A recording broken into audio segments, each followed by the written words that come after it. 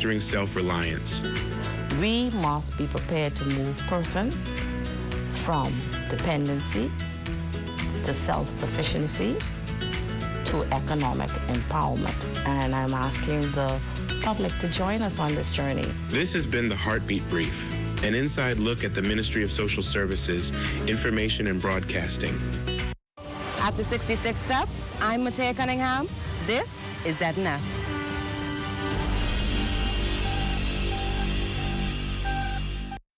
The following is a paid political broadcast by the Free National Movement.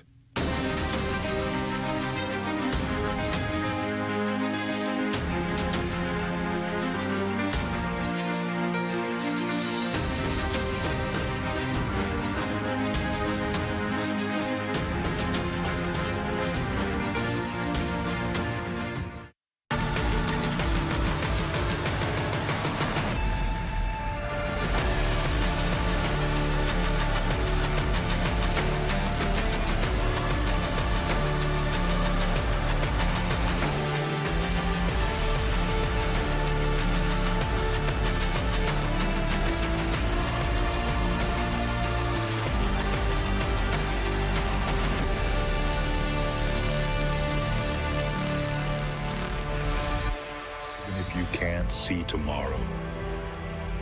There is a flame, a spark that says tomorrow will be brighter than today. We won't turn back. We will only go forward. The Free National Movement. Come on, everybody, get your feet happy. Let's go, come on. Across this country, families are stretched. Businesses are struggling, and hard-working and working hard is no longer enough. Our first group of candidates has spent their careers fighting to change that. And tonight, they bring that fight to the stage. Please welcome Darvin Russell, Arinthia Komalafe, and Jay Kwesi Thompson.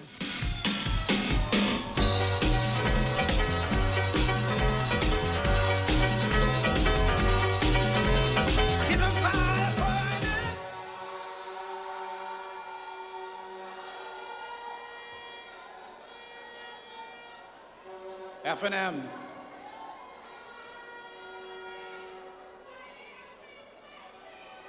I want you to think about the last time you went to the grocery store.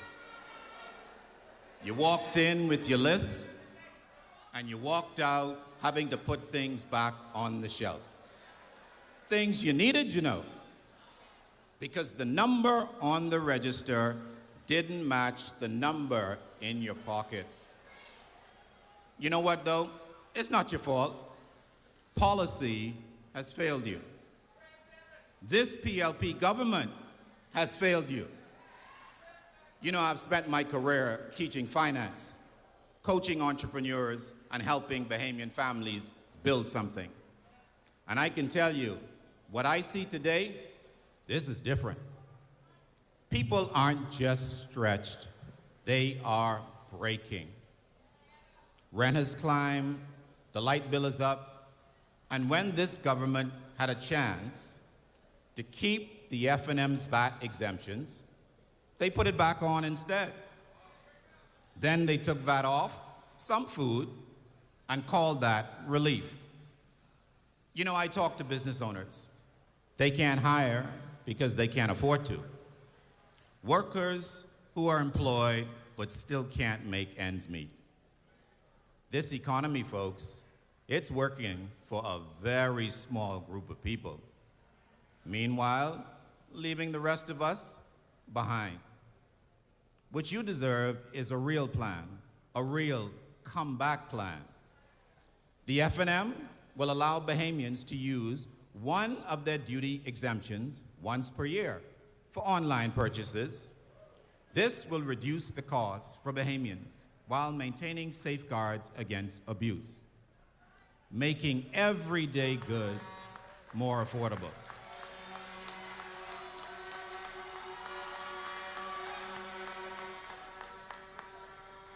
This is going to put money back in your pockets. But there's something much deeper happening underneath these numbers. And my friend, Orinthia Komalafe, knows it better than most.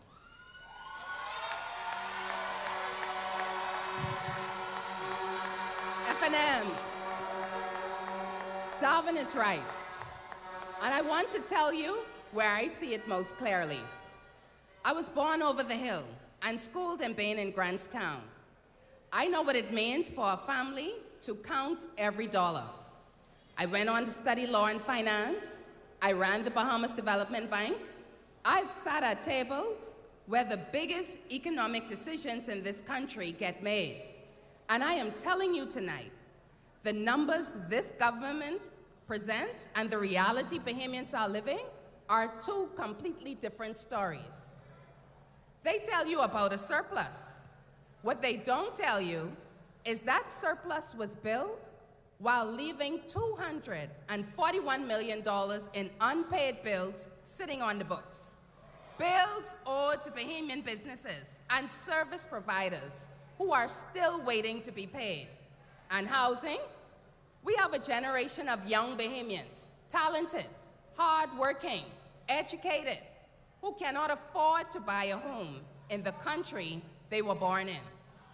Rent is consuming half of household income for far too many families. The government had 4 years to build a serious structured pathway to home ownership for working Bahamians. 4 years, and what we got were photo ops, ribbon cuttings, and waiting lists. As an attorney and banker, I understand exactly what tools are available to fix this. The FNM will grant real property tax relief for qualifying senior citizens by raising the exemption ceiling, making sure that our precious pearls get to keep more money in their pockets. And if you construct apartments for low and middle income renters, the FNM will reward you with a 10-year real property tax exemption.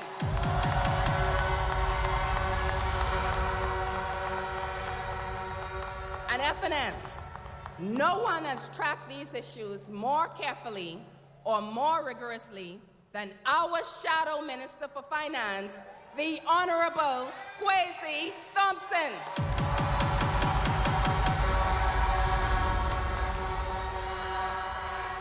Thank you, Orinthia. FNMs, FNMs. I represent East Grand Bahama, a constituency that has felt the economic abandonment by the PLP. No hotel, no airport, no new hospital, and now with global oil prices rising, fuel surcharges on power bills are going to climb. It raises the cost of food. It raises the cost of transportation, which means gas, taxis, buses all go up. It raises the cost of doing business. And we know when businesses pay more, we all pay more. Most governments would be getting ahead of that. They would be preparing relief measures, protecting our people. This is what I do as the Shadow Minister of Finance. I read what they don't want to tell you. And what I can tell you tonight is this. This government has not solved the affordability crisis at all. They have deepened it, made it worse. And they are hoping that you don't feel the full impact until after election. But we already feel it. How many of you have been catching hell for the last 4 years? The Free National Movement will put Bahamians first. We will reduce the cost burden on families, not with press releases, but with real policies.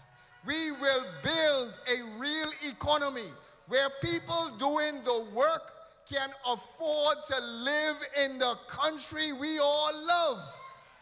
That's why the FNM is going to make VAT rebates for first-time home buyers immediate and digital. That's why we will expand the My Gateway digital platform that the FNM built and the PLP stalled.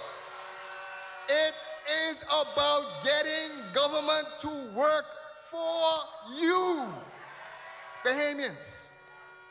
We have been patient long enough. It is time for a change, FNMs. It is time for real FNM change. So if you are ready for FNM change, let me hear you make some FNM noise. Thank you.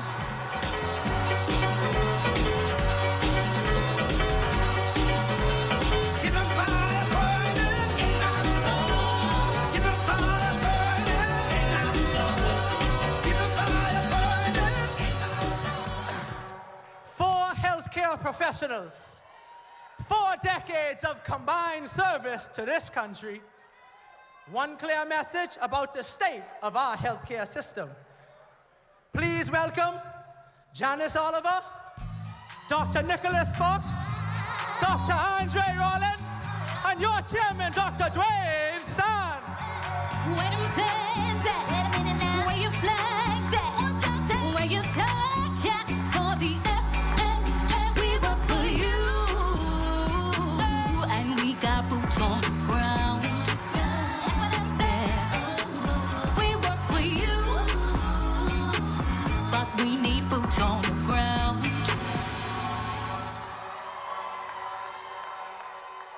FNMs, are you here? All right, all right. I have been a nurse for more than 20 years. I have worked in Grand Bahama, in Andros, in Bimini. I have been the only medical professional in a clinic when a woman went into complicated labor. I have been the person a family looks to when there is no doctor on the island and no way to get one there fast enough. I'm not telling you this for sympathy.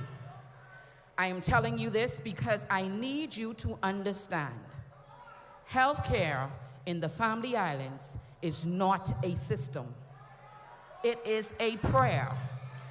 And under this government, that prayer has gotten harder to answer.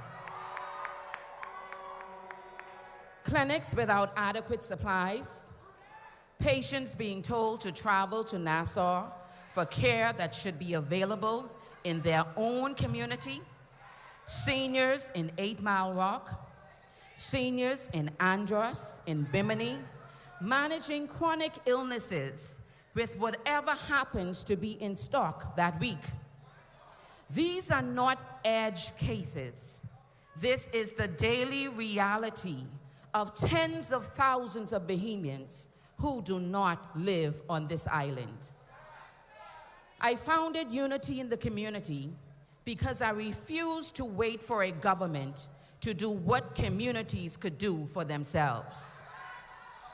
But a government that makes people depend on community organizations just to access basic health care, that is a government that has forgotten its responsibility. I am running because every Bahamian, whether they live on Bay Street or a dirt road in North Andros, deserves health care that shows up for them.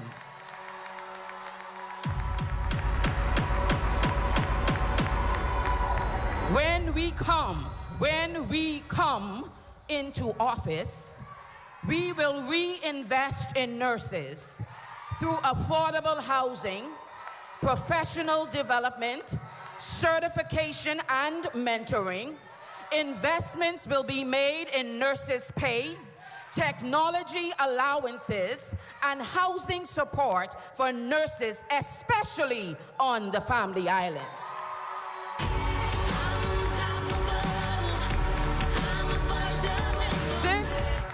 This will be done in an effort to strengthen retention and improve the quality of public service delivery. And the crisis doesn't stop at the water's edge.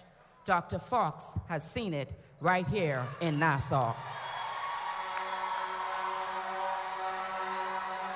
FNMs, are you ready? Fox Hill in the house.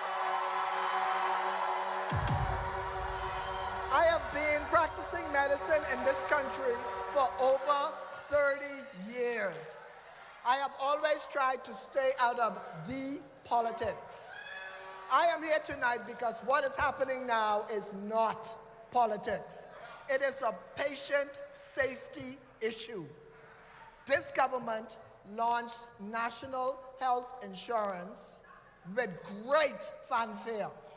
They told providers, doctors, clinics, nurses to participate, to serve the patients, to trust the system.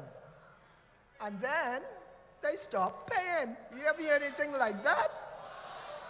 I know providers who have been owed reimbursements for months, in some cases, over a year.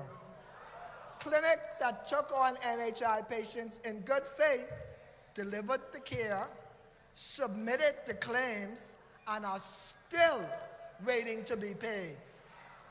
I am a cancer survivor. I know what it means to sit in a waiting room and need the system to work. And I am telling you, when providers cannot trust that they will be paid, patients suffer. They lose access to their doctors, and they end up in the emergency room with conditions that should have been managed months earlier. NHI was supposed to be a promise to the Bahamian people.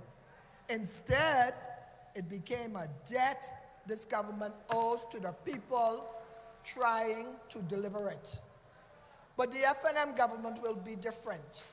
Immediately coming to office, we will expand the scope of National Health Insurance Authority to include catastrophic care, including cancer treatment.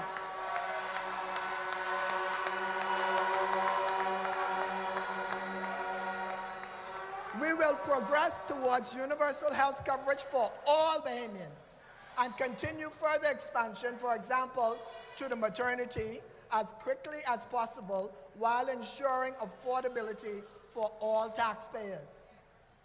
And what makes this worse is that we didn't stumble into this crisis by accident.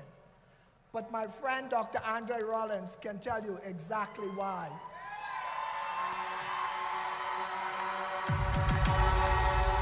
Thank you, Dr. Fox. Good evening, FNMs. You all look bright red and ready to go tonight. I am a dentist. I am also a lawyer, and I served in Parliament. So when I look at what is happening in our healthcare system, I see it from all three angles. As a clinician, as someone trained in law and policy, and as someone who sat in the House of Assembly. What Janice described in the Family Islands and what Dr. Fox described with unpaid NHI bills, those are not separate problems. They are symptoms of the same disease. A government that makes healthcare announcements instead of healthcare investments. This country is losing doctors and nurses faster than it is training them. Young Bahamians who sacrificed years of their lives to qualify in medicine looked at the conditions. They looked at the pay and the lack of support, and they decided to leave. They went to Canada, to the United Kingdom, and to the United States. And who can blame them? by the government's own national health strategy. In their own words, they acknowledge a critical workforce crisis. They wrote the diagnosis. They just never wrote the prescription. We are past the point of studies and strategies, my fellow Bahamians. We need a government that will invest in retaining the healthcare professionals this country has trained and sacrificed to produce. Bahamians deserve a government that is dedicated to the healthcare needs of the Bahamian people, to providing good quality healthcare, that builds the infrastructure, that makes practicing medicine in the Bahamas something a young doctor can be proud to choose.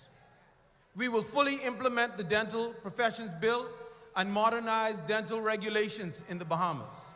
We will guard against dental scams and ensure people are able to access the right dental professional when they need them. We will ensure that every Bahamian will have access to dental care in the Bahamas. An FNM government, through the Ministry of Health and Wellness, will work with dental professionals to make sure there are a sufficient number of dental professionals providing coverage in all areas of the country. And there is no one, ladies and gentlemen, in this country better qualified to tell you what the government should do and should look like than the man standing beside me, Dr. Dwayne Sands.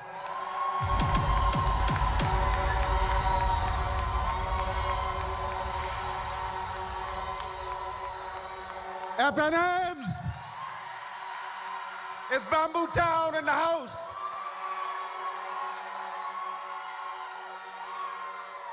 You know, I trained at Johns Hopkins, and I have practiced at every hospital in this country. I have also been the Minister of Health for this country. Now, I'm not standing here to impress you with credentials. I'm standing here because those credentials come with an obligation, and that is to tell you the truth, even when it is uncomfortable. And you know, the truth is this: Princess Margaret Hospital is in crisis. You know, not because the staff is failing, they're not, but because they are working extraordinary hours under impossible conditions. And they deserve our deepest respect and gratitude. The crisis is in the infrastructure around them. Wards that are understaffed, buildings and equipment that have needed serious capital investment for years and have not received it. I know what was inherited in 2021. I know what was possible, but I know what 4 years of misplaced priorities looks like when you walk those corridors today. You know, this government celebrated a surplus while they had $241 million in unpaid bills on their books, while NHI providers and nurses and doctors went without getting paid, while nurses left for better opportunities abroad and were never replaced. They call that progress. But Bahamians waiting in those hallways call it something else. The people of Grand Bahama have watched the Rand Memorial Hospital struggle for years. Underfunded, understaffed, underserved. And after everything that community endured through Dorian, you know, they deserve the government that would rebuild that hospital to the standard Grand Bahamians deserve. But instead, they got promises. Healthcare is not a campaign promise. It is a covenant between the government and its people. And tonight, I can assure you that the Free National Movement will honor that covenant. We will pay what is owed. We will invest in the workforce. We will modernize our hospitals, and we will make sure that whether you live in Nassau, in North Andros, or in Maguana, that this system works for you.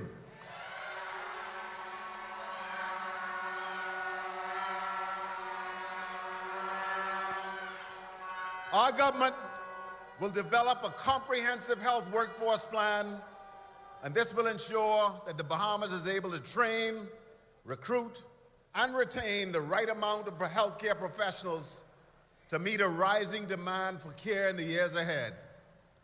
We will redevelop the Princess Margaret Hospital on its current campus, and we will upgrade the Rand Memorial Hospital.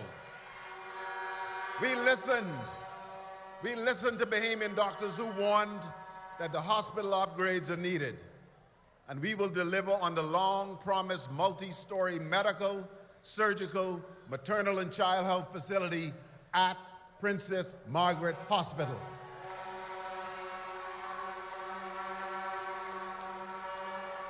We will issue in the expansion and modernization of the Rand Memorial Hospital in Freeport.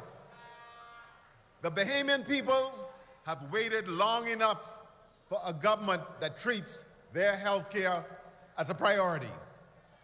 That government is coming, and that government is the FNM.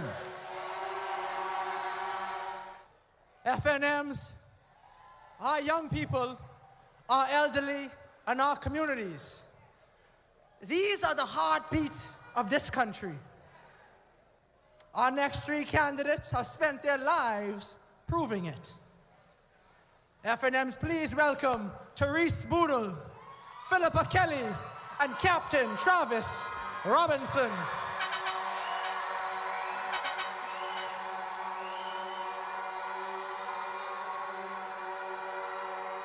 FNMs! FNMs North Abaco!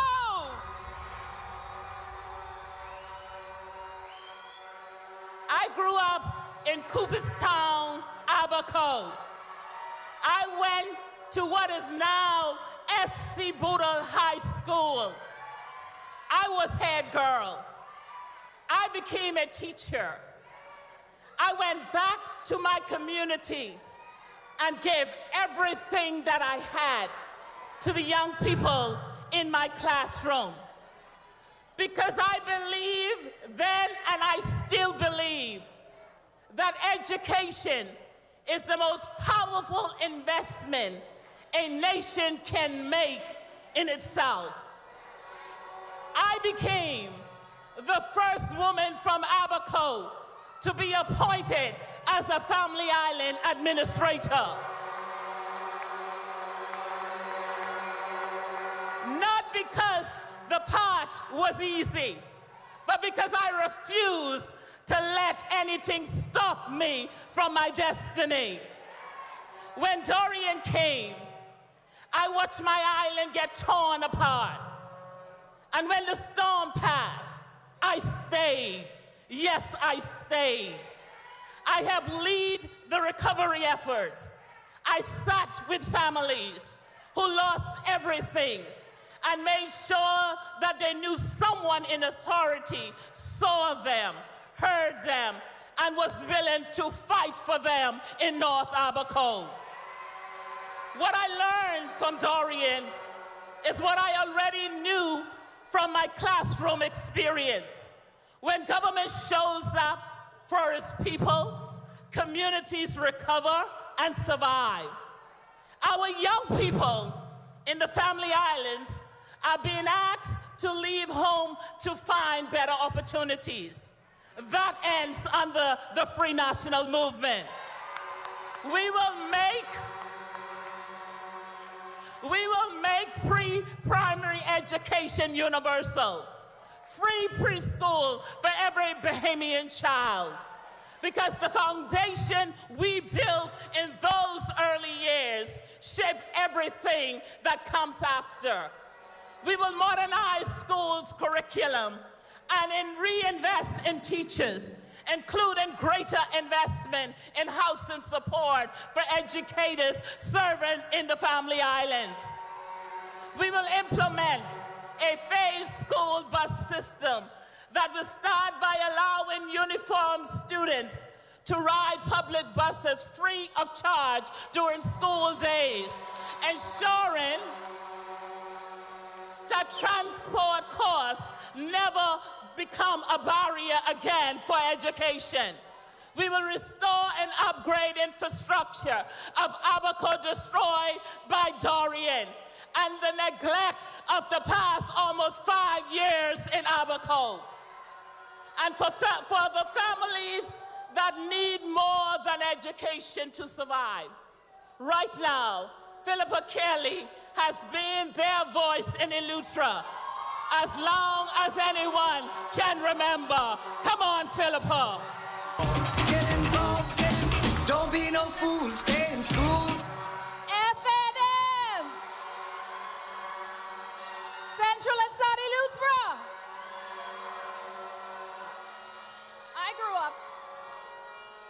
I grew up in Savannah Sound, Eleuthera. I know what it means to live in a community where the government shows up at election time and disappears the morning after. I know what it means to watch your elderly neighbors struggle for basic dignity they have earned after a lifetime of service to this country. I know what it means to be a mother, a coach, and a community leader, doing the work that the government should be doing, because the government simply isn't there. Social services in this country are in crisis. Families in need are waiting months for assistance that should arrive in days. Elderly Bahamians who built this country are being asked to survive on a support that does not reflect their worth. Children in vulnerable situations are falling through cracks that a properly resourced system would never have. This new FNM government will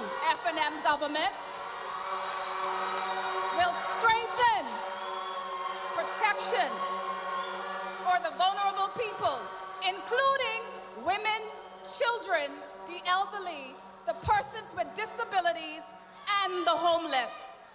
We will ensure that laws, social programs, and community service provides security and support where it is most needed. A society is judged by how it treats those less able to protect themselves. And we will not fail in that duty. We will strengthen the partnerships that with civil society organizations and expand funding and support to those civil society organizations. This government had 4 years, and still the waiting list grows longer. I'm not speaking about statistics. I'm speaking about people I know by name. And what gives every one of those families hope, what gives this whole country hope, is a generation of young Bahamians who are ready to build something better. And that generation of voice is on this stage tonight.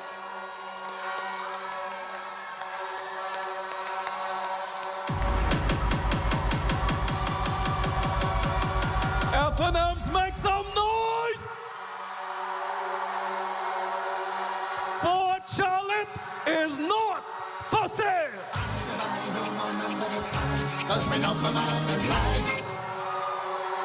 And they know who I'm talking to. I became a member of parliament at 22 years old. People ask me why. Why so young? Why not travel, build your career, make your money and come back later? My answer was always the same, because later is too late for the young Bahamians who need change right now. I look at young people in this country, in Nassau, in Abaco, in Eleuthera, in every corner of this archipelago, and I see brilliance. I see creativity. I see young Bahamians who can compete with anyone in the world. And I see a government that has given them no reason to stay. Youth unemployment stands at nearly 21%. That is not a statistic. That is a generation being left behind. And the answer is not charity. It is opportunity. And for our athletes, our musicians, our artists, our junkaneurs, This country's creative economy is one of our greatest untapped assets. The incoming FNM government will provide $100 million over 5 years to support Bahamian entrepreneurs, ensuring that they can benefit more fully from our tourist industry by way of tax incentives and subsidies under one umbrella. This will focus on business built on culture, like live Bahamian music, one of our proud cultural exports, including Rake and Scrape, Calypso, and Junkanoo, alongside cultural reviews, theatrical productions, and Bahamian dance for all ages, as well as other Bahamian-owned businesses linked to our orange economy. We will also refurbish the National Performing Arts Theater, ensuring it has the facilities required to show the world-class showcase of our performing arts heritage, with a sufficiently resourced arts director and a year-long calendar of events, including the likes of the National Youth Choir, the National Dance Company, the National Youth Orchestra, and the National Children's Choir, with approved privately funded shows also offered for visitors and citizens. The brain drain is real. Young people are leaving. Therese stayed. Philippa stayed. I stayed. We chose this country, and we are asking every young Bahamian watching tonight, choose it too. Choose to build here. Choose to stay here, because the Free National Movement is choosing you. We will open doors. We will fund the dream. We will build the Bahamas that your talent deserves. This is your Bahamas, and we are going to build it together. Yeah, we just getting started.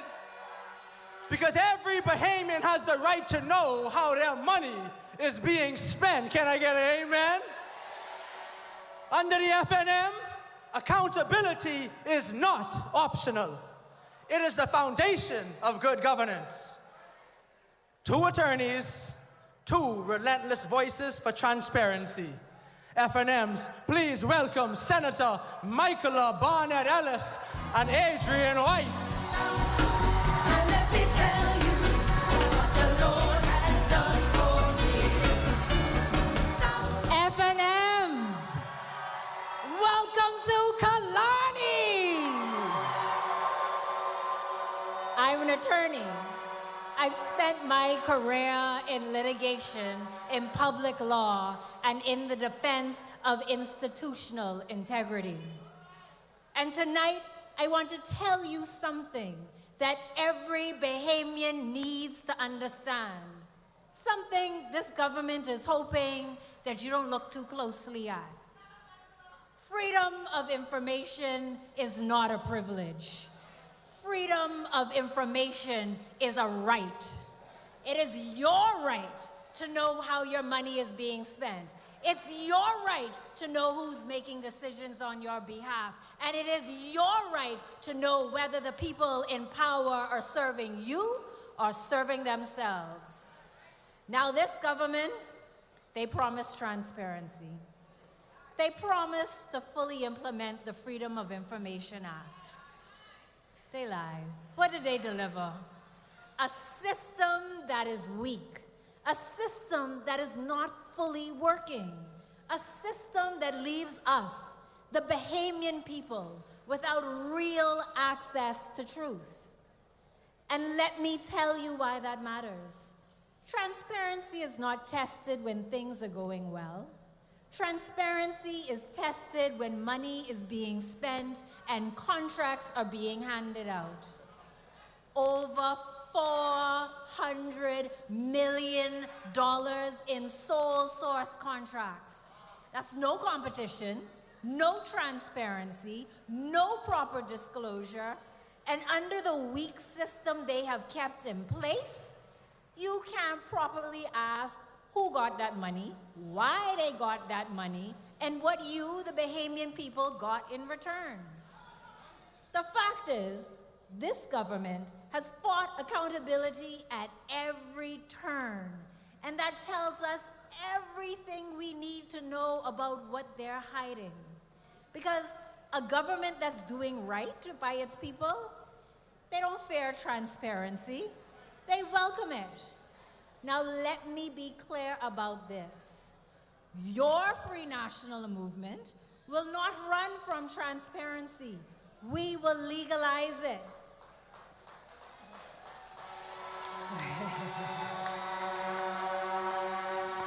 We will bring anti-corruption laws with real power, a public anti-corruption bill, a code of conduct for public professionals, and a comprehensive Independent Commission of Investigations Act.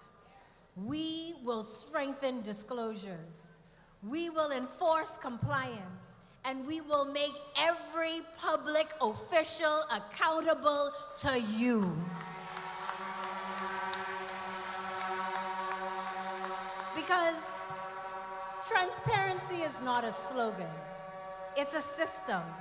And while this government avoids the questions, our man Adrian White in the House of Assembly, week by week, standing up, demanding that they answer. So please don't waste my time, 'cause I'm going all in with Adrian. Let me hear you say hot, hot, hot. That's right, that's right. Now, let me tell you how this government works, ladies and gentlemen.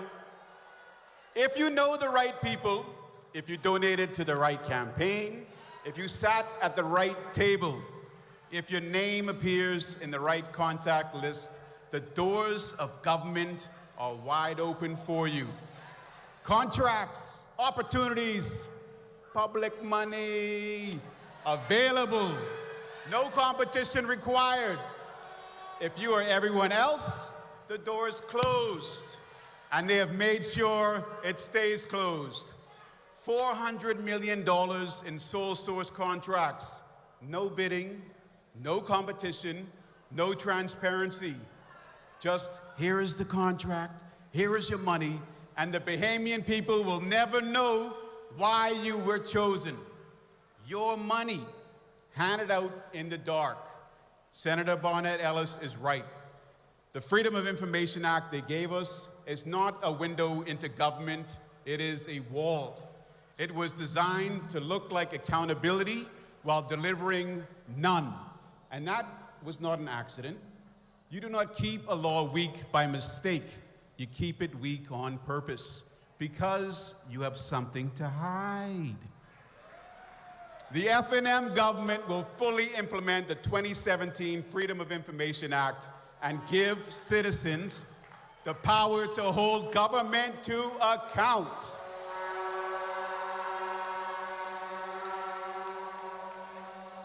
We will strengthen whistleblowing protections, including ensuring there is a single whistleblower hotline across all government activities, that whistleblowers have appropriate statutory protections.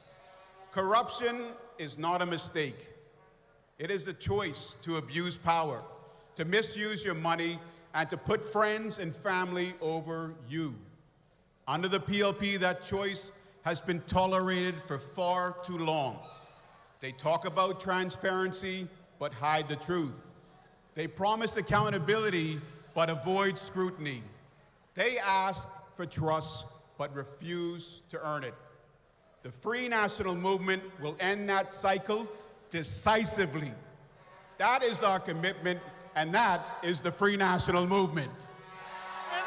I tell you we was gonna have solutions, but it don't stop there. We have an entrepreneur, a community builder, and a global ambassador. 3 Bahamians who know what this economy can be and what is standing in the way. So please join me, FNMs, as we welcome Denali Penn Mackey, Lincoln Deal, and our champion boy, Rick When the boats Fox. are called up, Donnelly will be standing taller, ready to face the darkest and hardest of times. She'll be taking care of all the children thereof, and if it's required, she'll be on the front line. You can call her by her name. Donnelly is ready to roll. FNM! Southern Shores in the house! Southern Shores in the house! Woo!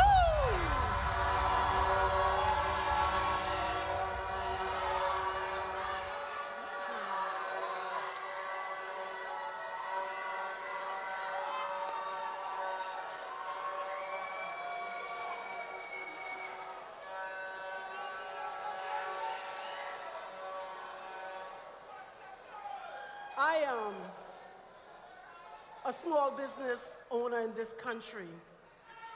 I started Evergreen Mortuary in 2003 with a commitment to serve Bahamian families with dignity, with honesty, and with care. 23 years later, I am still here. Not because it was easy, but because I refuse to quit. And I can tell you exactly what this government's relationship with small businesses look like. It's invisible. I know what showing up looks like because after Hurricane Dorian hit Abaco, I went there and I fought for families in the most difficult times of their lives. That is what you call service.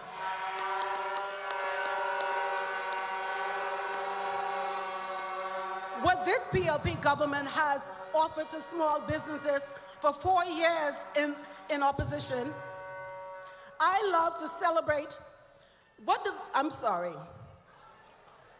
this PLP government has offered. The only thing they've talked about is tourism record. Record arrival, record numbers, record this, and record that. And I want to ask them, record for who? Because the small business owners, I know we're not seeing it.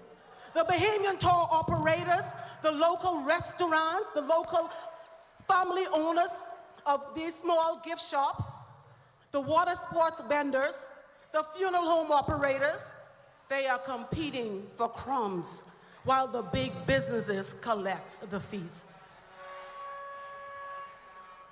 A government that is serious about small business does not count tourists alone. They don't just count tourists at the airport. It asks where those tourists are spending their money.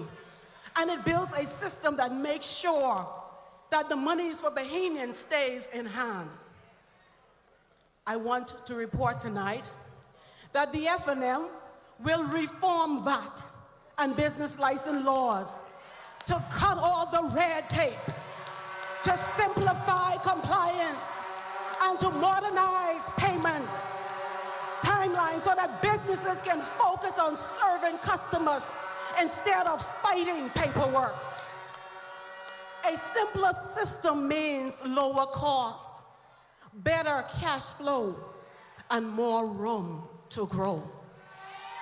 But here's the truth, my FNMs. Before any of that matters, a Bahamian entrepreneur has to survive the process of opening in the first place. And can I say this? The process is so hard. The process is designed to break you down. And there's nobody in this room that knows better than Lincoln Deal, because he didn't just experience that. He fought it all the way to the Supreme Court, and he won. And he is here tonight to tell you all about it. Because FNMs, make some noise! 'Cause retail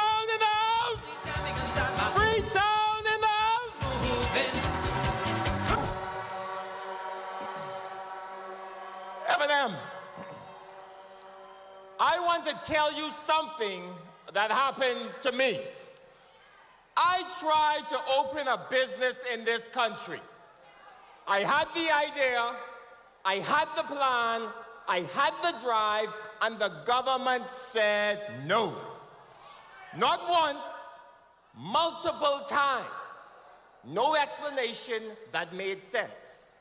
No clear pathway forward. Just no. So I did what any Bahamian who believes in this country should do. I took them to the Supreme Court. And by God's grace, we were successful. But listen here. That should never have been necessary. What it takes to be an entrepreneur in the Bahamas. You fight the very government that should be your biggest supporter.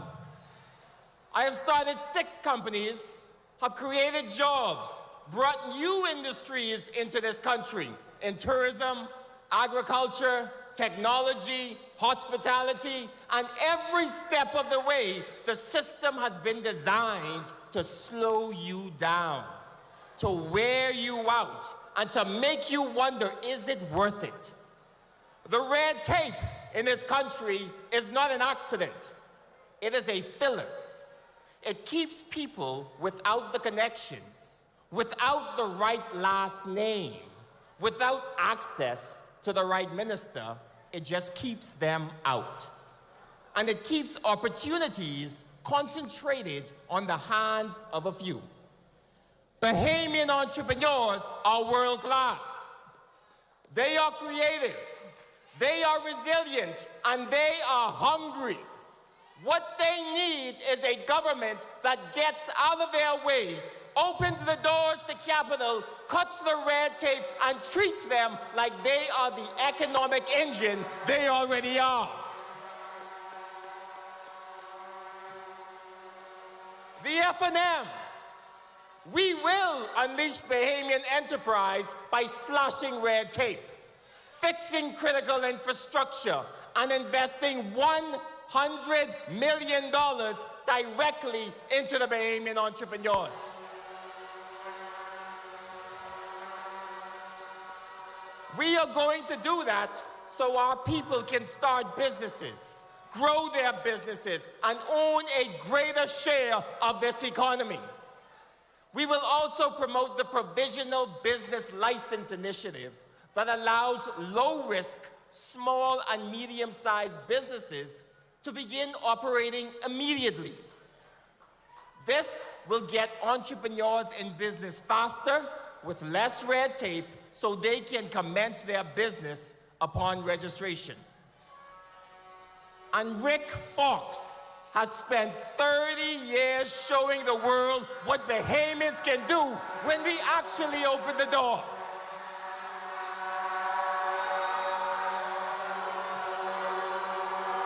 Yes, thank you, Lincoln. FNM!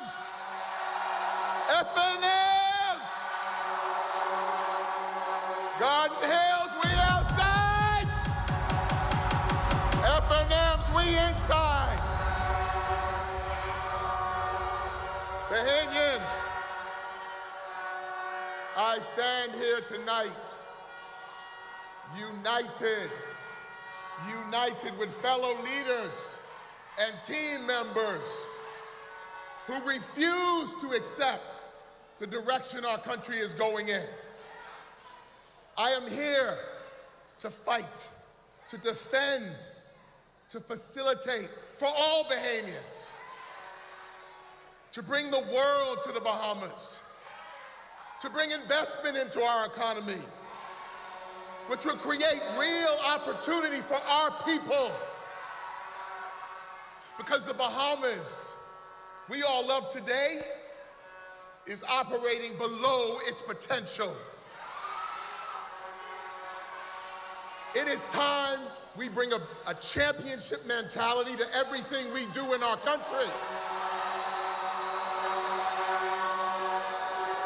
The Bahamas should be a place the world comes to invest, to create, to grow with Bahamians leading the way. And when we get that right, our small businesses will become big businesses. And with big businesses, we will generate real global impact. Which with real global impact, what do we get? Expanding revenues for our people. Because when money lands here, it must land in Bahamian pockets first. We know people come from everywhere in the world to experience the Bahamas. We know that, whether they come for vacation or for business. But we are not turning those visitors into opportunities for local people fast enough. Take, for instance, our people who serve in pivotal industries such as our boating and yachting industry, okay? An industry being decimated at this very moment by fees and permits that are pushing boaters to other destinations. When boaters choose not to come here because we keep increasing our cruising permit fees without data or reasons, that means what? Fewer people come to our restaurants. Fewer customers come to our stores. Fewer jobs are happening in our communities. And that is the reality of what is happening today. We can't tax people if the taxes are driving them away, especially Bahamians. The global economy, my friends, my fellow citizens, the global economy is moving fast. The AI explosion is here. Green energy, new industries. This is where the next generation of Bahamian wealth will be created. If we keep pushing these opportunities aside and away from our shores, our people, us, our country will be left behind. Look, I've spent my life developing global business relationships in these very rooms I'm talking about. I am bringing those opportunities home. The Bahamas has every advantage to lead. When the PLP has blocked growth, we will unlock it. Where they have overregulated, we will create room to build. Where they have pushed opportunity away, we will bring it back. This election is about one thing: who benefits from our economy? I say, not the few who control the purse strings today. I say the Bahamian people, and we will work for you to ensure that that happens. We will bring the world's economy to our shores. Bahamian families, Bahamian businesses will come first. That is what the mission is. The future of our country and our people. And we are the team that will do it. We are the Free National Movement. Yes! FNM, give it up for your leader! I'm pressing on the Michael, new heights. Get up, FNM, get up! Your next Prime Minister. Still praying. Member of Parliament from Marco City. Lord, plant my feet all around. Lord, lift me up and let me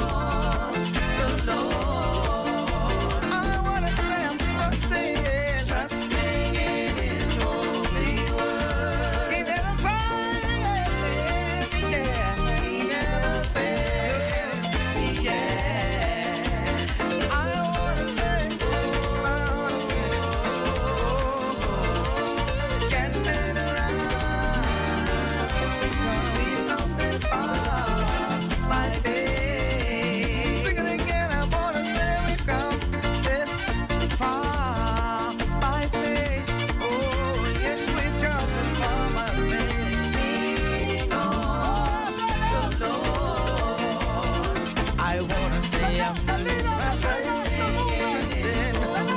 Minister Michael Hinton!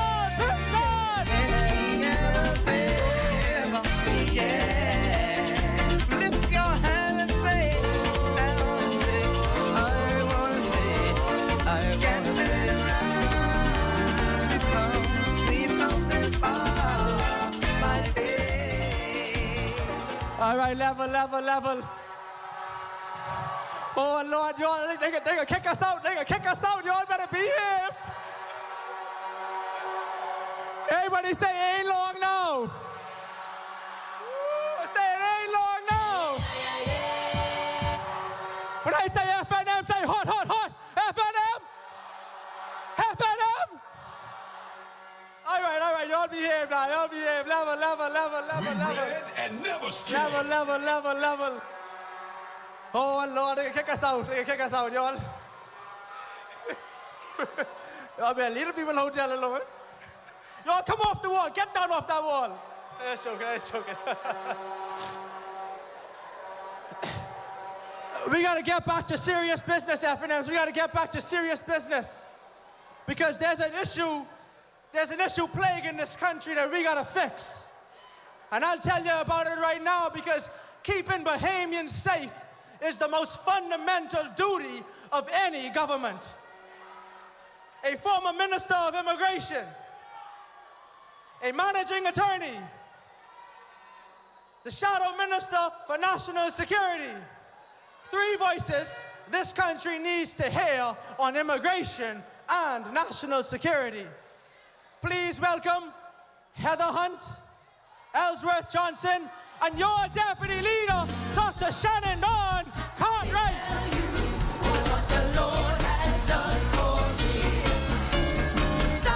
FNM, tell you what the Lord has done for me.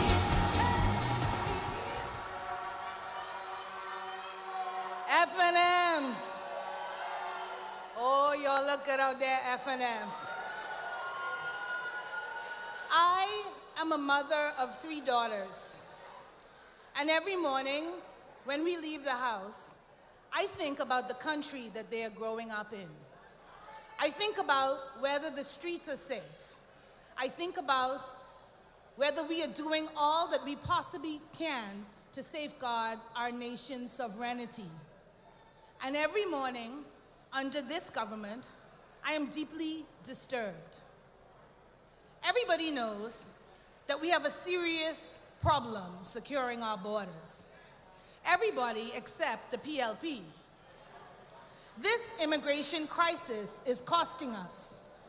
It costs us in the hospitals, where resources are stretched by patients who have no documentation and no payment pathway. And it costs us in education, where classrooms are overcrowded and services are strained. And it costs us in providing enough homes for those with the right to be here. So that's why the FNM will launch a commission of inquiry, a strengthened whistleblowing hotline, and a permanent independent oversight board for immigration. This structure will review every citizenship and residency decision. And this structure will expose the people corrupting the system. Our hotline will offer protections and rewards for tip-offs. FNMs, it's time we protected our citizenship. And I want to be clear. Every human being has dignity, and we welcome those who follow the law and who come to our country the right way. But things have gotten out of control, and this government is choosing to look the other way. And the full weight of that neglect becomes even more clear when you hear from someone who actually held the immigration portfolio, Ellsworth Johnson. FNMs! FNMs! It's war time! War time! Yamagro!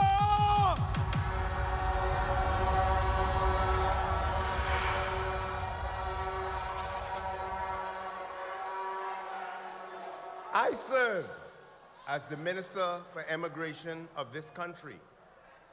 I know what a functioning immigration policy looks like. I know what the tools are. I know where the gaps were, and I know how this government could have solved them. They chose not to. What Heather Hunt described at our borders is the result of years of inadequate investment in the Royal Bahamas Defense Force, in our Coast Guard capacity, in technology, and in personnel needed to monitor and manage a nation of islands. These are no surprise. They are predictable consequences of a government that treats immigration as a political talking point rather than national security imperative.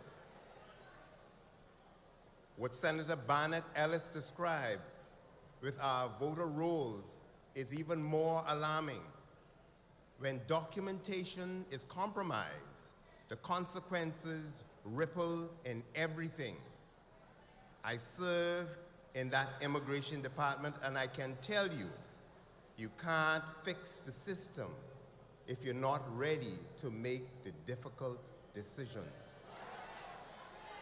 As part of Operation Shield, we will heighten surveillance on our waters, establish the Immigration Reservist Body, and expand biometric tracking for deportations.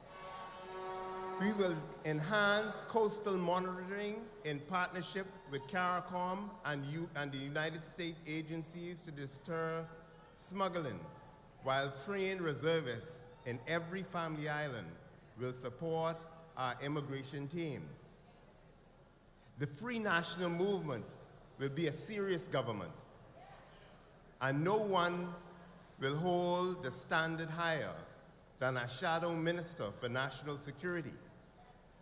Our deputy leader of the Free National Movement, the Honorable Mr. Shannon Dawn Cartwright. Wartime! Shannon Dawn Cartwright. FNMs! FNMs, are you ready? FNMs, can you feel it? The next Prime Minister of the Commonwealth of the Bahamas is here, our leader.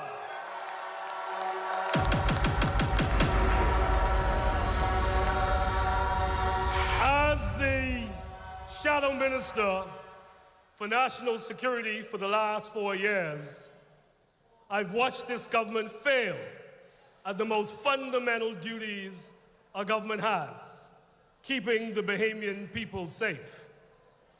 Tonight, let me be direct with you. Bahamians are being robbed at gunpoint in broad daylight, and the government's answer has been press releases and statistics that do not match the reality people are living. You cannot spin away the fear a business owner feels when they open their door every morning. You cannot reframe the grief of a family that has lost someone to violent crime. Our defense force and our police need resources, training, and leadership that matches the scale of the challenge. They've been asked to do more with less, year after year. What kind of government cuts insurance policies for the men and women of the Royal Bahamas Police Force and their families? The PLP did. The FNM will protect those that have sworn to protect us. That's why we will rebuild our national security infrastructure with more resources for the Defense Force and the police. We will stop the abuse of bail to high-risk individuals to keep them off the streets. And while we respect the independence of the courts, an FNM government will aggressively appeal questionable bail decisions. We will put a greater focus on preventing crime before it starts. The FNM will separate first-time youth offenders from hardened criminals, and we will treat the protection of women and children as a top priority. We will ensure that survivors of sexual assault are counseled, supported, and protected. Our plan is grounded in reality. The Free National Movement will keep you safe and work for you. FNMs, are you ready? Stand up, FNMs. We have the better plan. We have the better team. And we have the better leader. Good night.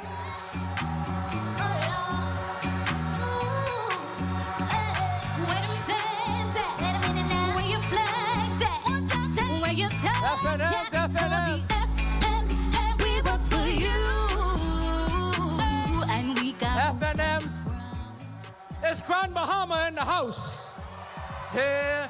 Now some of y'all missed it in Grand Bahama, but we got the boss lady in the house from Grand Bahama. Let's give it up.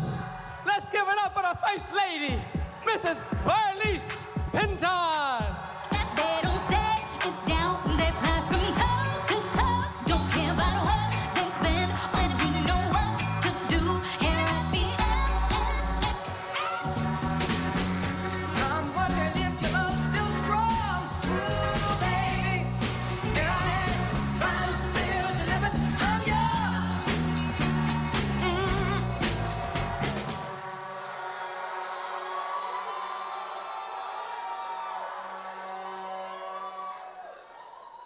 Good evening, FNMs. Good evening, Bahamas.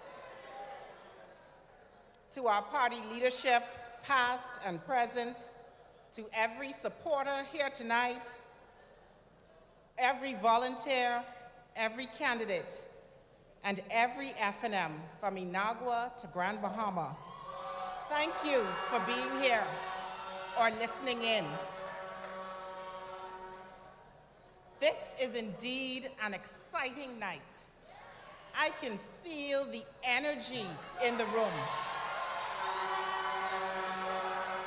And I know that we are all eager to hear from our leader. However, before he comes, it is my pleasure to share with you more about the character of this man. If you spent any time with my husband, you will know that he is a man of passion and purpose, a man who is principled, a man of faith, a man of action, and a man who will work hard for you. When I first met Mike, and I told my dear mother, God rest her soul, about him, of course she wanted to know about his faith, his work, and his roots. But she had another important question. She wanted to know how he treats his mother. My mother was a wise woman. She understood that the way a man loves the woman who raised him tells you almost everything you need to know about the man he will be.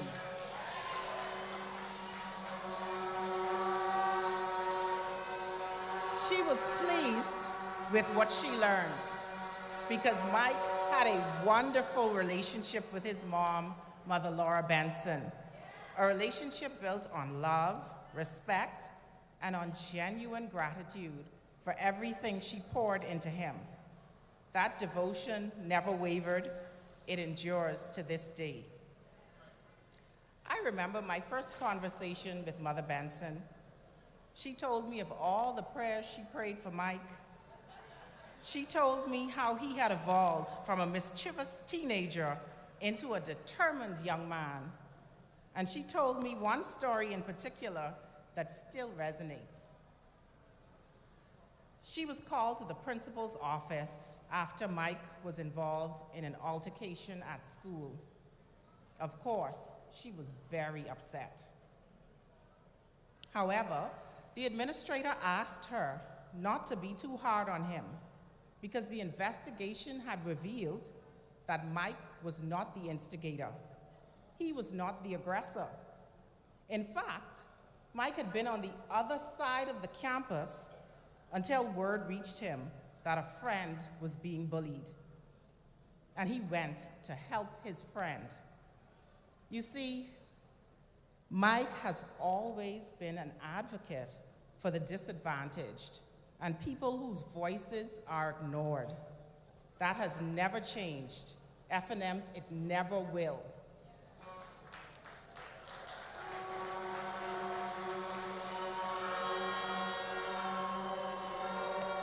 Mike's journey to this moment was not easy. He earned it through years of service and through sacrifice. Throughout his political career and through hard-fought campaigns, he has been battle-tested and is ready to serve. For as long as I have known him, Mike has been dedicated to serving his community, and he has taken that responsibility seriously. Just ask the people, the great people of Marco City. They can attest to this. Truth be told, Mike and I never imagined he would have this opportunity to lead our nation. But he has embraced it, and everything he has lived through has prepared him for this moment. I have seen him in the quiet moments when there are no cameras and no applause. I've seen him working long nights when the calls are constant and the issues are complex.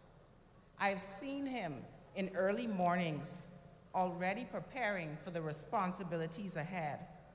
I have seen the discipline and resilience it takes to keep going when the weight is heavy and the road is long. In those moments, I have never seen him step back. He leans in, he listens, he plans, he works, and he prays. He keeps going. This is not something you develop overnight. It comes through experience, through challenge, through a genuine belief that leadership is about service, not status. I leave you with one more picture of the man I know. When we brought our daughter home from the hospital, she refused to sleep unless she was on my chest. Mike insisted that I lie in the center of our bed, and he literally built a fort around me and Michaela with pillows from every room in the house and kept watch all night to make sure we were safe and comfortable. Our daughter is now a teenager, and just as he protected her then, on that first night, he is committed every single day to building a future filled with opportunities for her and every child and young person in this country.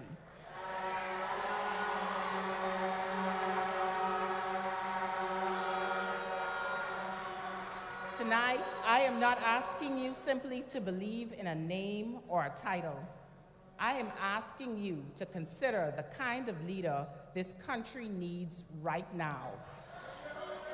I submit to you, as his wife, as a mother, and as a proud Bahamian who has watched this man answer the call time and time again, that leader is Michael Pintard.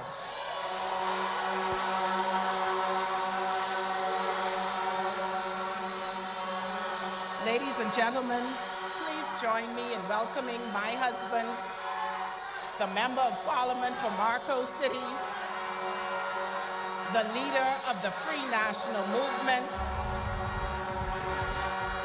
and with your support and the grace of God, the next Prime Minister of the Commonwealth of the Bahamas, the Honorable Michael Clifton Pintar. Are you ready, soldier? Hey, hey! Where the soldiers left there? Are you covered under the blood? Here we go. Say, if your hands are anointed, and if your feet are anointed, and if you're under the blood, give me a Holy Ghost shout. You know the saying, on the side of any man who is doing something meaningful, it's a powerful woman. Thank you, Burleys. Tonight, we stand at the crossroads. And I want to say my FNM family, my Marco City family, my Bahamian family, good evening.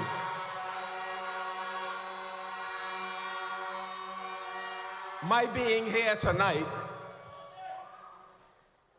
is really an unlikely story. It's a story that started with me and my family moving from rental home to rental home in Angliston, Florida Core, Jenny Street, 7th Street, Washington Street, Coconut Grove Avenue, all while I was still in school. We moved to Yellowell at least twice, Arawak Avenue. We moved often. My mom, Sister Laura Benson, who hails from Cat Island, a single mother of 5 children, who represents many of the women in this room and women who are watching at home. A powerful, resilient Bahamian woman. No, we didn't have a whole lot of money, but she worked hard to make sure that we had food on the table. We had a roof over our head. And even though in that moment I didn't fully appreciate it, she was covering us with the prayers of Almighty God. And it was those prayers that sustained us then and have brought us here tonight. We were taught discipline, values like fairness and treating others like you wanted to be treated. That's what I got from my mother. I love my father, but I can tell you day after day, I thank God for my mother. You know, even more, we were blessed with a mother who believed that her children, if they work hard, if they followed the guidelines that she laid down, and if we never forgot who we were and where we came from, we had a legitimate shot to make it. And so tonight, that's what we wish for our children in this nation. We wish for them to follow values that would give them a fighting chance. That if they work hard and smart, that we would create a country where they could realize their dreams. And so this Cat Island woman tonight, I pay honor to her as I honor the women in this country who, despite all the difficulties, continue to build. Some of you may be like her. She used to be a housekeeper. She was a baker. She owned a small takeout restaurant. But most of all, she was a prayer warrior. Like some of the men in this room, like some of the women in this room, like Bahamians all over this Bahamas who are praying for our nation because they know we can be better. And she prayed in good times and bad times. She prayed. And like so many mothers today, I'm here to say to you, thank you for all you've done in those difficult moments. And I thank God for the women of the Free National Movement who have answered the call. You've seen them, the candidates that have come across this stage tonight. Thank you. And so tonight, you've seen our 41 candidates. And there's something very simple and powerful about the men and women we have assembled. These are persons who have faith, who believe in hard work, and they are prepared every day to work on behalf of the Bahamian people until we achieve as a people our full potential. And so tonight, I know that the dignity of hard work, I've learned it at home. I learned it from I was young. I learned that the truth of the matter is, I've learned through being a welder's helper, a carpenter's helper, a mason helper. I've learned it supporting my education. At the College of the Bahamas, having to take jobs as a security guard over Paradise Island, or working at McDonald's, or being a work-study student. I was committed to supporting my education, and I recognize that every single type of job has dignity.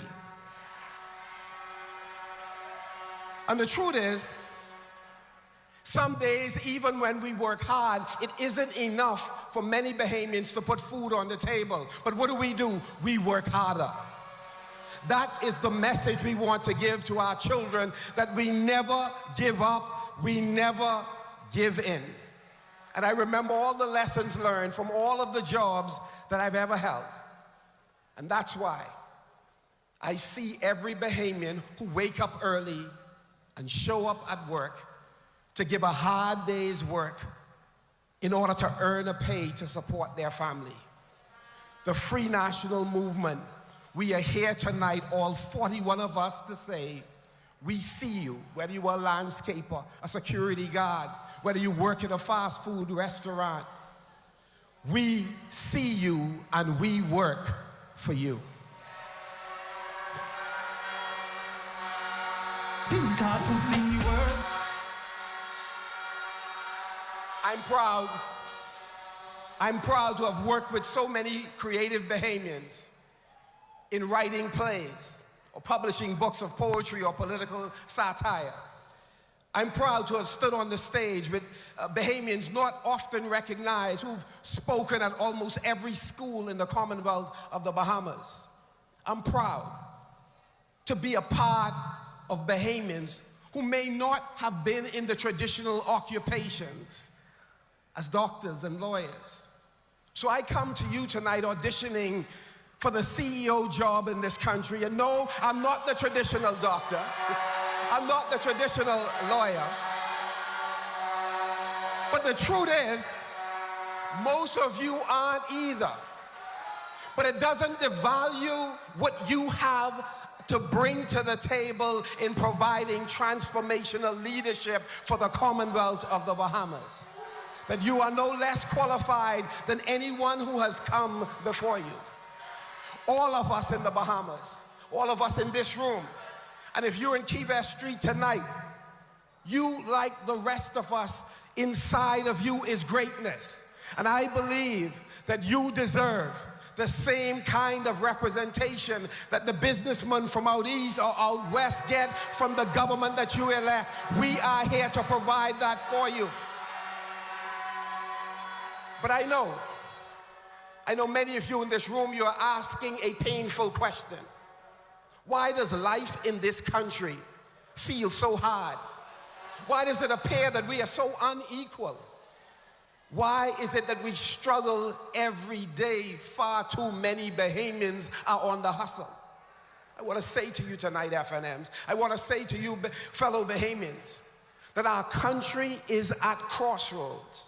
This general election will decide if the Commonwealth of the Bahamas will work for the majority of our people or just a few. I believe our assignment is to work for all of our people. It's unfortunate that the Prime Minister keeps telling the Bahamian people that all is well. Things are going well. I want to ask you a few questions tonight. Feel free to answer. Is your light bill lower? Is your rent lower? Are prices in the grocery store going down? Is the healthcare system improving? Is your country putting Bahamians first? Do you really trust the PLP to fix any of these problems? No. Despite how you have answered, how thousands of Bahamians around this country continue to answer, the Prime Minister continues to brag about how this is the best the country has ever been. The best it has ever been. Maybe it is the best it has ever been for him. I ask you, is this the best we can do as a country? Is this the best the Bahamas can be for all of its citizens? If it isn't the best, we have some decisions to make. Tonight I want to talk to you about the kind of Bahamas you and I can construct together, the kind of Bahamas that is possible. But it depends on the nature of the government and the nature of the people we select, so that we can have a team that will finally work for all of you. The Prime Minister would have you believe that the cost of living and the struggles that you face every day, that you are experiencing, is really, really entirely about your choices. You remember he made this statement. You see, he refuses to take responsibility for any of the policies he has put in place or failed to put in place that has put burdens on the back of the Bahamian people. See, they want you to look at the political stunts they pull off, the big announcements they make for projects that seldom see the light of day. You know, announcements they are very good at. Completing projects is where they run into problems. And so for years, for 4 years in fact, they've kept back on basic food items and medication. They've used your taxes to pay their own bills and to live their best life, getting richer through sweetheart deals and no-bid contracts and luxury travel with Gussie Mae groups.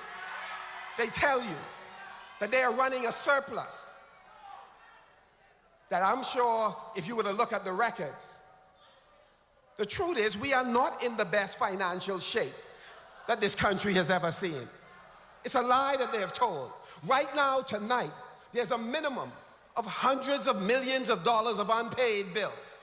This money is money that the government of the Bahamas owes to Bahamian workers, to nurses, doctors, police officers, contractors, small business owners, and many others. Ask the customs officers how much they owe them. People who did the work, delivered the goods, and provided the service, and are still waiting to get paid by this government. But every month, the salaries roll in to the policy makers. And if one of us gets sick, we could get the best insurance money could buy. But many of our people are unable to get the most basic care. And insurance says, where you put me? Under this government. The national debt has exploded to nearly $14 billion. That's billion with a B. But they say we are making record revenue. The question I ask, where has the money gone?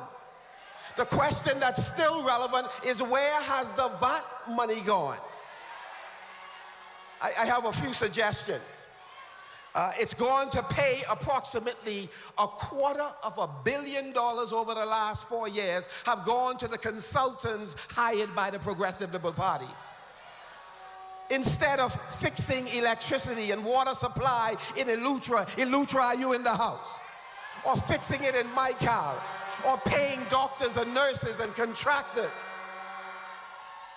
for the services they have already provided, or putting medication in our clinics, or buying fire engines and ambulances so our people can have dignity and protect their assets.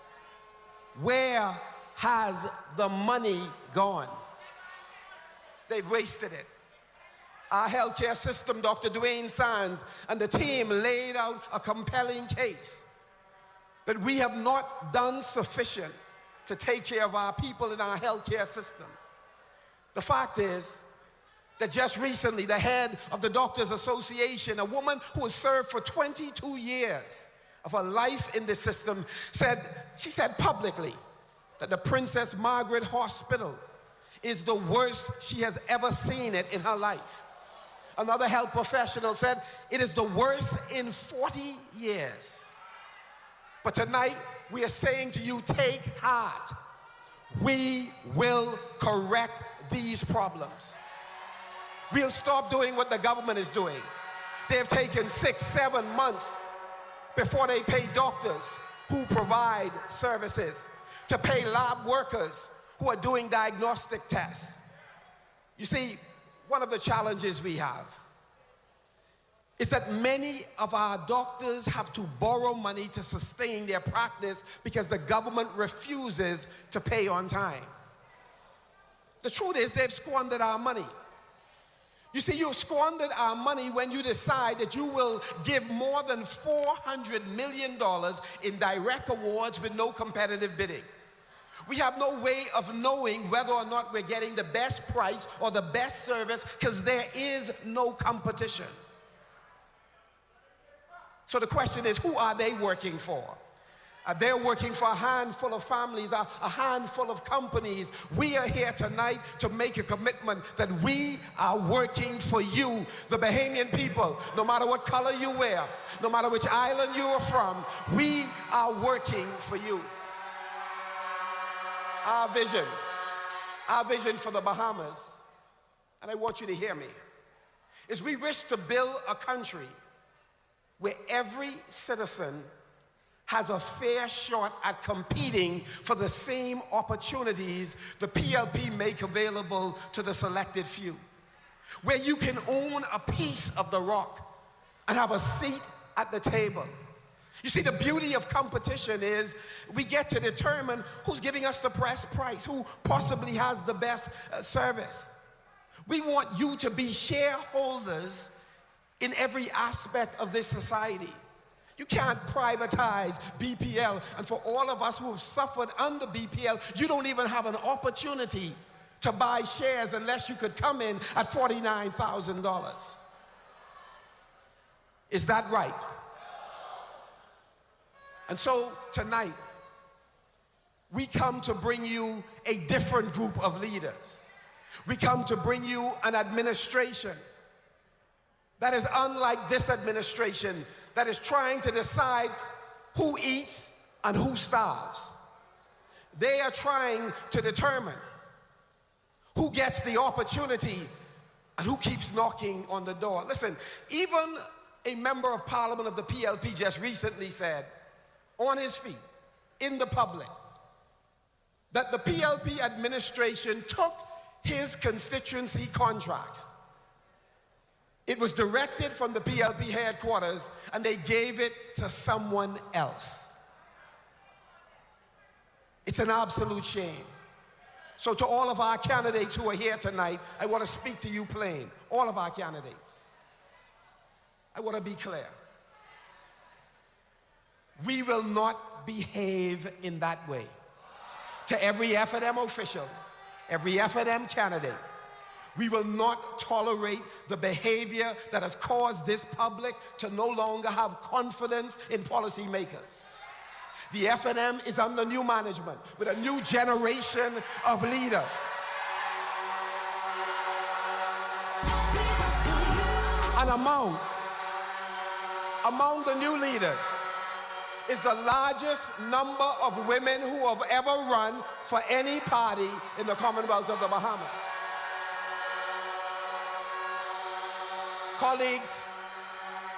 Colleagues, I have confidence in you.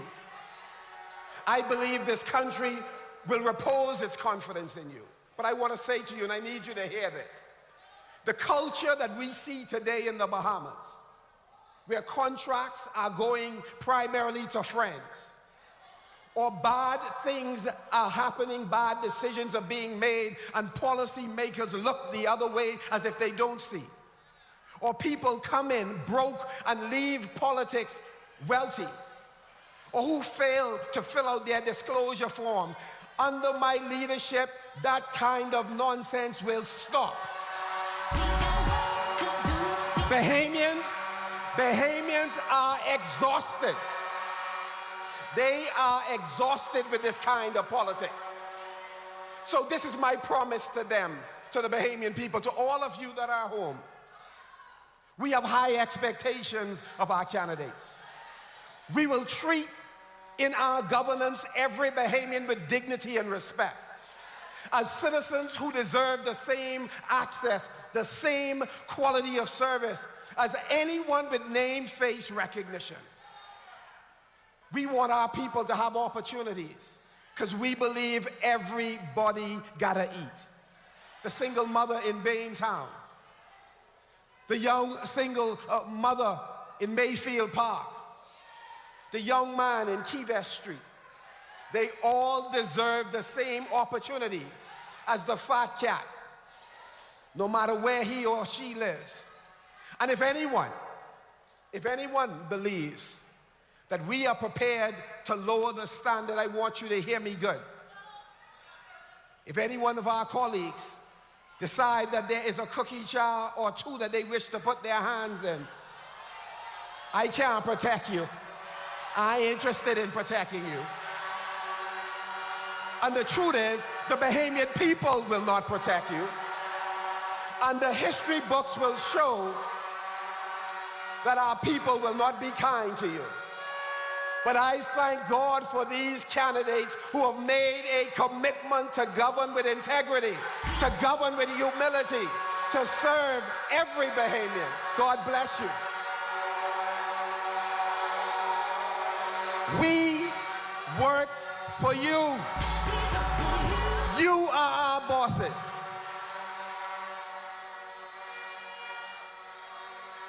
Let me say this, because you know there are some folks going throughout the Family Islands and on airwaves telling investors and Bahamians, if the FNM come in, all of y'all lose your job. The truth is, the Bahamas cannot continue to progress if when new governments come in, the first thing that happens is we fire people who were hired under the past administration. If we stop and cancel every contract because it was signed by our predecessor. We are a mature party. We believe in continuity in government. We want Bahamians to work side by side with each other to demonstrate Bahamian excellence and to grow this economy. So we ain't coming to fire you because you were hired by them. If you're doing your job, if you're serving our people, if you're delivering better for the Bahamian, we stand with you and for you. That's why we say our manifesto. Our manifesto is our agreement with the Bahamian people that we are supporting Vision 2040 as outlined in our National Development Plan. We believe parties should compete with each other to fulfill the National Development Plan, that Bahamians from all walks of life said these are the priorities that are important to us. That's our commitment to you tonight. And so as I take my seat, I want to share with you just a few things you can trust that we will deliver on your behalf. One, we've said it before earlier tonight. We do not believe that VAT should be on the variety of items that's healthy and good for our people. Not on the electricity, not on medication, not on feminine hygiene products or foods, healthy foods. We make that commitment to you. Secondly, Through agriculture, we will shave $500 million of our $1 billion food bill. It is unbelievable that in 2026, we continue to import more than 95% of every food that we consume in this Bahamas. We will change that through partnerships with food stores, with hotels, with restaurants, working with churches, creating community gardens and backyard farming. We could do better in the Bahamas. Are you prepared for an agriculture revolution? We are committed to a housing revolution to make sure that young Bahamians, particularly public servants who are on the front line, police officers, nurses, social workers, teachers, it cannot be right that in 2026 that you cannot afford land in New Providence when government has land. When you can't afford land, when government can acquire land and cap the price to give you a fighting chance to own a home of your own. We will change it. We'll make sure that through tax breaks, through ensuring that you can come with no funds down, that you can own a piece of the rock. We want the process to be faster. That's why for every engineer in this room out there, we intend to outsource the inspection services to a large extent so plans can move more quickly for commercial and residential projects. We too slow in the Bahamas. And so we say, we are absolutely confident that in 5 years working with the private sector that we can build at least 5,000 homes in the Commonwealth of the Bahamas. We have the talent, the private sector has the money, we can do it. And for those who say that ambition is too big, we say your hope and confidence in our people is too small. And for every mother who is struggling to determine where you will leave your child for proper daycare, we are telling you, we're committed to expanding what Jeff Lloyd started, universal preschool, and also to make available to those qualifying mothers $200 a month to make sure we can help her go to work while her child has safe childcare. And that for young men and women who are entering the apprenticeship program or technical and vocational education, we believe it is only right for at least a minimum of $100 to help defray the cost, whether it's gas, whether it's food. But while you train, we wish to subsidize you to give you a fighting chance. And we believe that this country can succeed if we empower the business persons in this room. That's why Kwesi Thompson and others have worked closely with us to design a program where we will double the $50 million that we were giving when we were in government, small grants and loans. We'll double it to $100 million to make sure our businesses can grow and succeed.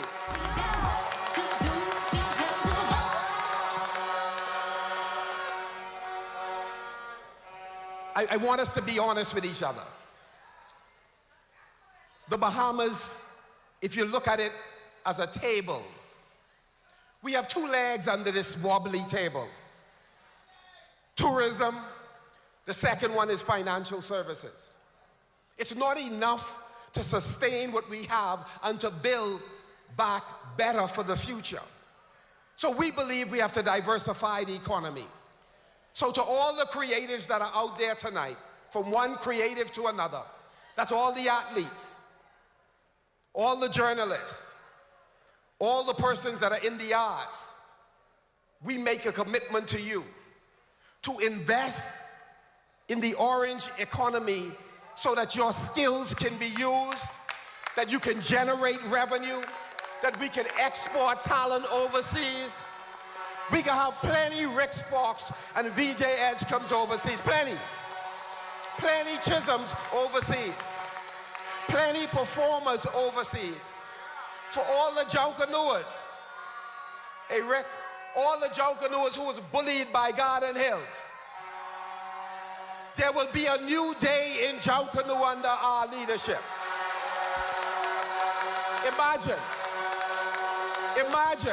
Imagine us transforming over the hill with a housing revolution, removing dilapidated houses and building new houses that Bahamians can occupy, creating green spaces where we can have recreation. But imagine multi-purpose Jonkanu shacks where year-round Jonkanu artists can build costumes, build miniatures, build cowbells, build drums, invite tourists to see shows. Imagine the excitement that we could create over the hill. Urban renewal has not gone fast enough, hasn't gone far enough. Think about it, urban renewal with no urban planners. In 5 years, you should be able to see a difference with the FNM being in power. I give you the commitment. From the top of Fort Fincastle all the way to Robinson Road, you'll see a difference. From Chippenham all the way to Village Road, you'll see a difference. There should be no houses over the hill with outside toilet. It's wrong in 2026. We can change the way our people live and create opportunities in the process. And so I want to say to the voter that's home, that's trying to determine whether or not they're going to vote. If you have challenges with your government because your government left you in South and Central Andros with no banks, I just want you to know we gotta make sure you have a bank in South Andros, that you have it in our family islands.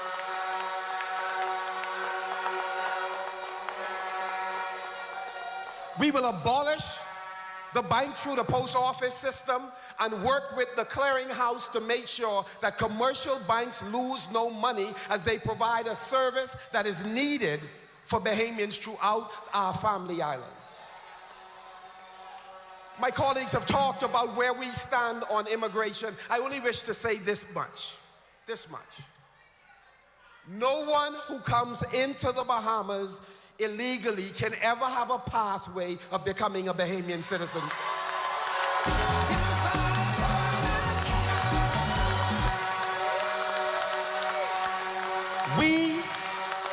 We will be firm, but we will be humane.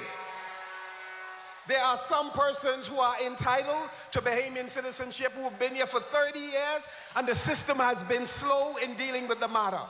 But there have been many who have come in the last 5 years and they got straight because of who they know. It is not right. It is not fair. We will fix the broken system and we will remove those that have corrupted it. The Prime Minister thinks that our national identity being used is an isolated case. It took less than a week to prove that he was dead wrong. That far too many people have passports they shouldn't have, NIB cards they should not have, obtain birth certificates from the registrar that they shouldn't have. The FNM will fix that. You can take that to the bank.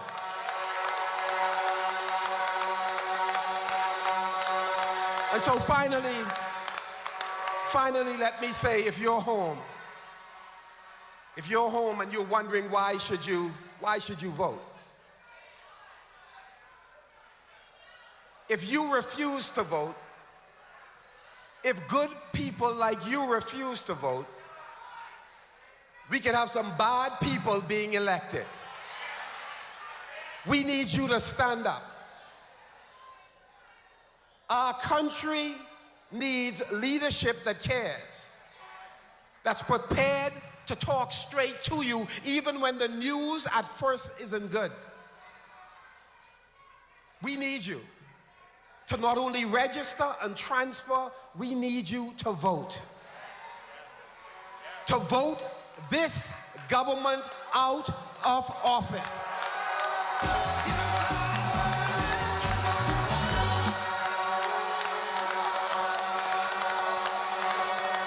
Some of you may say it's not going to make a difference. I want you to have confidence in yourself. Have confidence in the impact that you can have. Have confidence in your neighbor. We also ask you to have confidence in this team. 41 men and women who've signed up for duty, not because we're looking for a stepping stone to empower ourselves, but because we love you. We care enough about this country that despite feeling moments of hopelessness, we bounce back every single time to stand in the gap for you. Your children's future is worth fighting for. That's why we're asking you to vote.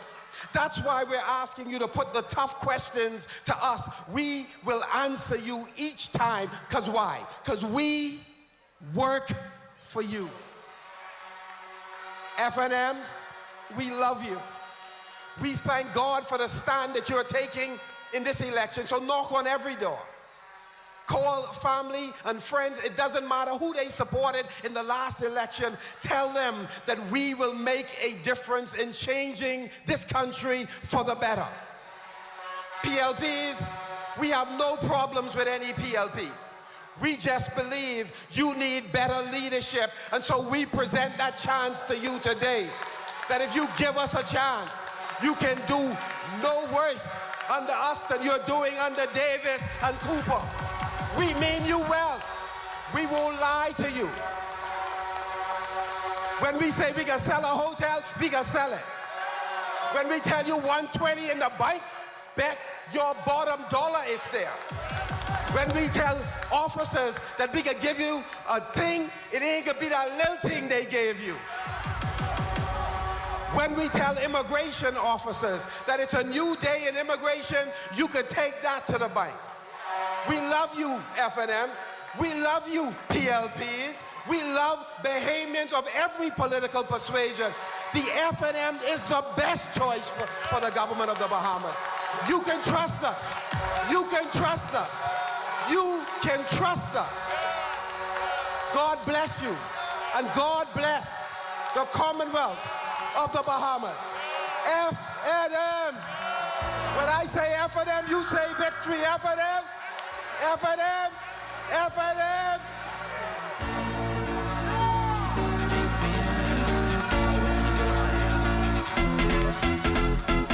I'm pressing on the upward way, new heights and gaining every day, still praying as I onward bound.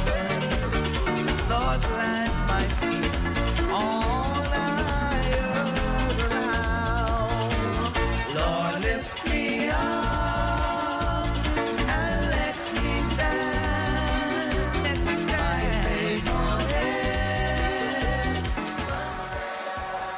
God and our Father, we thank you. We have received the mandate from our candidates and our leader. Now, God, it left to the people to make that decision to make this country better. This is a time in the season, God, that the Bahamas need a fresh breed of leaders. We have passed that generation, that 40-year max, and now, God, this is a new breed of leaders. So tonight we thank you for when it is all over, the people will be reminded that this group of people are working for them. So God, as we leave this place, may you take us home safe and remind us that every person needs to come out and vote. We thank you for it now. In Jesus' name, amen.